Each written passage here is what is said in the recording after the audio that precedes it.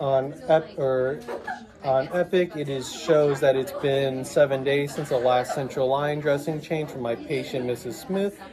Um, because of that, it is indicated to do a central line dressing change. Um, I'm gonna take a look at the door. There are no precautions. So knock, knock, knock. Hi, Mrs. Smith. My name's Matt. I'm gonna do a central line change on you. It sounds like it's been more than 7 days. Is now a good time? It is. Awesome. I'm gonna wash my hands. I'm gonna double check your name and date of birth. It matches. Awesome. I'm gonna check the dressing. The dressing does show that it's been more than 7 days.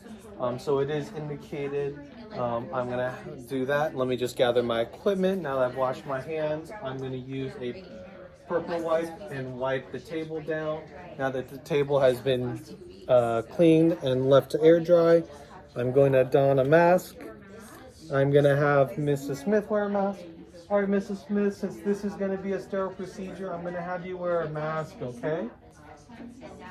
And then I'm gonna have you look that way the best you can, okay? And then for the purposes of the video, Mrs. Smith is looking that way. I'm gonna gather my equipment and place it on my field. I'm gonna wash my hands again. I'm gonna don clean gloves as taking off the dressing. It is a clean procedure.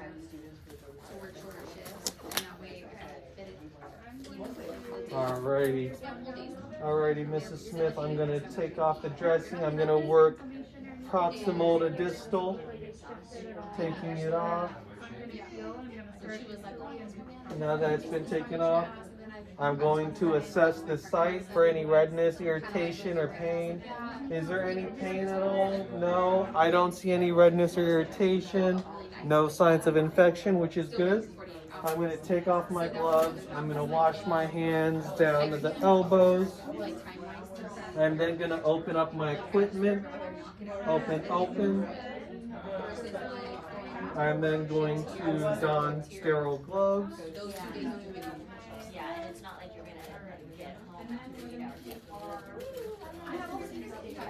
Well, she felt like that on this one day, but she wasn't sitting down to study. I'm going to pinch and don, That to me is. and then I'm going to scoop and don, and then get rid of that. I'm then going to go into my sterile kit. Oh, yeah, at this point. Drop my sterile field. Gonna take out the Tegaderm, the ChloraPrep, and the gauze pad. I'm gonna clean the site for 30 seconds. Crack, clean. Clean it under. Now that it's been cleaned for 30 seconds, after 30 seconds, I'm gonna let it air dry and dispose of this.